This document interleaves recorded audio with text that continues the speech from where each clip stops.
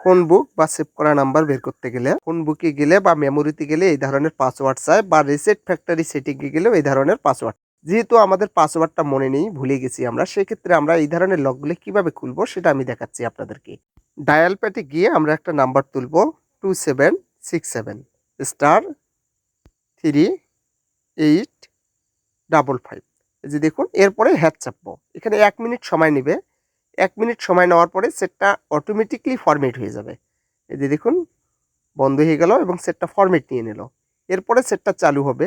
আর কোনো প্রকারের আগের যে পাসওয়ার্ডটা ছিল এটা একদম ডিলিট হয়ে গেছে। এই যে দেখুন, সেটটা ফরম্যাট হয়ে গেছে, একদম আনলক হয়ে গেছে।